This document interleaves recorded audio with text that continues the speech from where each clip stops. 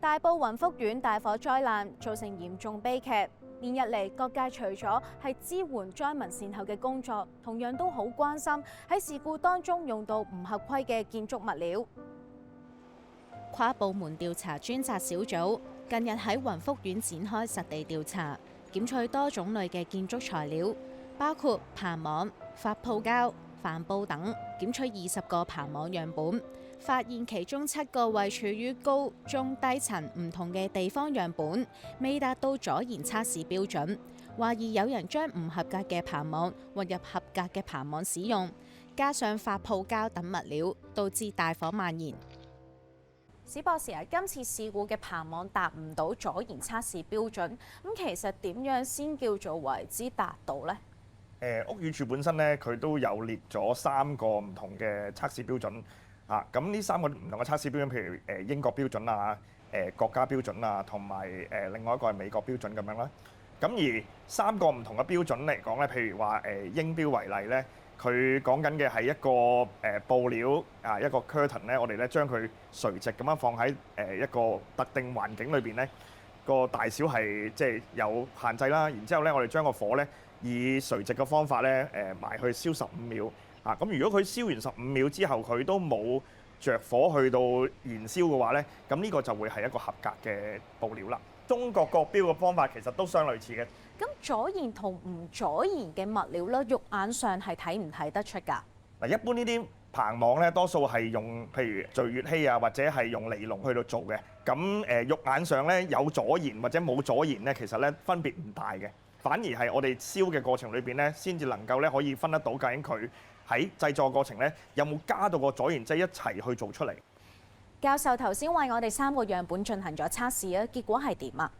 結果裏邊咧，我哋發現頭一個樣本咧就係佢有好明顯有呢個阻燃劑加咗嘅。你會見到咧，我哋燒咗一段時間之後咧，將個火拎開之後咧，佢會自己熄咗。因為本身如果個物料冇加阻燃劑嘅話，佢會一路不斷咁燃燒。咁原因係我哋而家呢啲網咧，佢都係一啲叫做聚乙烯嘅物料咧。咁佢個化學結構咧，其實有啲似我哋平時嘅蠟燭啊咁樣咧，所以佢會可以繼續一路燒嘅。但係如果我哋加咗阻燃劑咧，當我個火一離開之後咧，佢就會熄咗啦。另外2個樣本咧，你會見到咧，佢喺着咗之後咧，我哋拎開個火咧，佢會繼續燃燒嘅。咁呢種情況咧，就顯示到咧佢裏邊咧應該係冇加到呢個阻燃劑。咁所以佢嗰個物料咧，本身佢有火有本身嘅物料同埋有空氣咧，佢就會可以繼續燃燒啦。咁發泡膠極速燃燒，到底危險度有幾高咧？嗱，因為咧第一就係發泡膠本身咧聚苯乙烯咧，佢係可以好容易燃燒到，再加上咧佢入邊咧係好多氣泡嘅。咁啲氣泡其實咧都可以提供到一個氧氣俾到嗰個膠料咧，去到繼續燃燒。咁兼且咧佢喺燒嘅過程咧都會咧產生大量嘅黑煙，對人體或者對於動物都有害嘅。呢場5級大火，棚網以及發泡膠等物料成為災難元兇之一，同時亦令各界關注可以點樣檢討現行嘅流程，避免悲劇再發生。周生啊，大維修嘅棚網啦，佢哋個作用係啲乜嘢？佢係防止我哋喺施工期間可能有啲打鑿啦，有啲建築廢料啦係跌落嚟嘅。咁當局懷疑啦，有人可能因為打風之後就換咗呢啲棚網魚目混珠。其實喺個施工嘅時間入面啦，更換棚網嘅情況係會唔會出現呢？都有需要嘅，因為我哋喺施工嘅期間咧，嗰啲棚網係會有損耗嘅嚇。無論係打風形成啊，或者喺施工期間啲垃圾積聚令到個棚網損壞都好啦，其實都係有需要更換。呢個喺地盤咧一個正常嘅程序嚟嘅。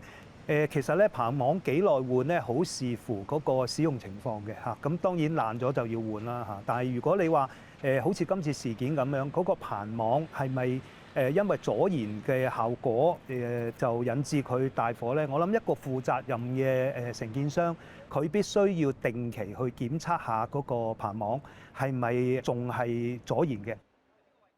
事故之後，政府嚴格巡查進行緊大型維修同埋搭緊棚架嘅樓宇，同一時間亦都有唔少嘅業主立案法團即刻去檢查自己維修緊嘅工程，而各區亦都有工人陸續去拆除棚網。